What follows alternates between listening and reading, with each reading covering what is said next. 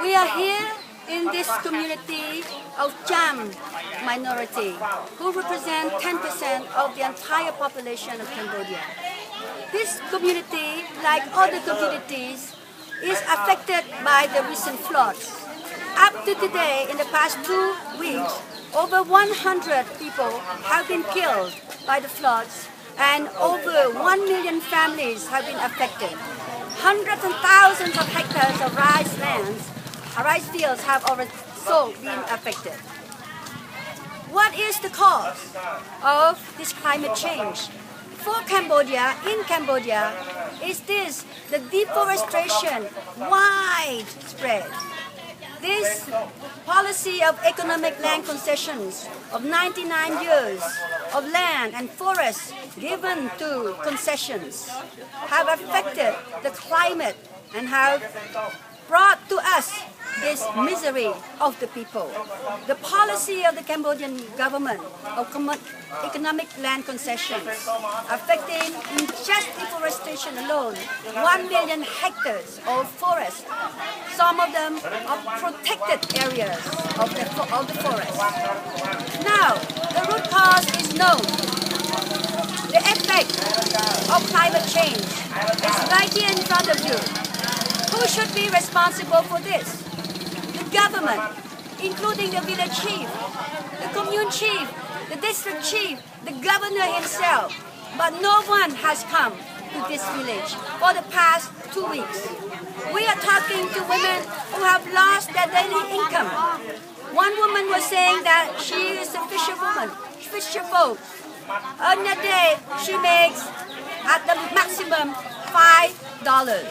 For the past 2 weeks, she has made $0.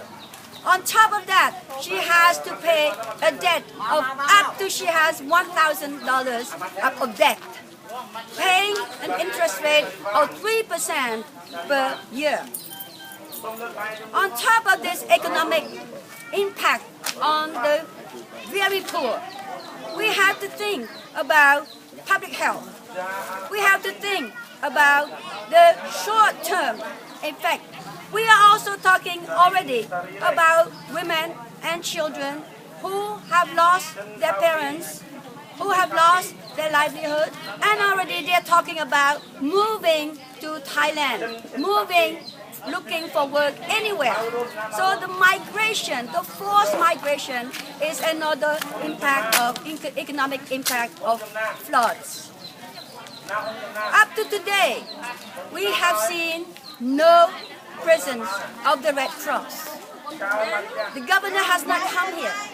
But as members of parliament from the Cambodian National Rescue Party, we are here as elected representatives of the people.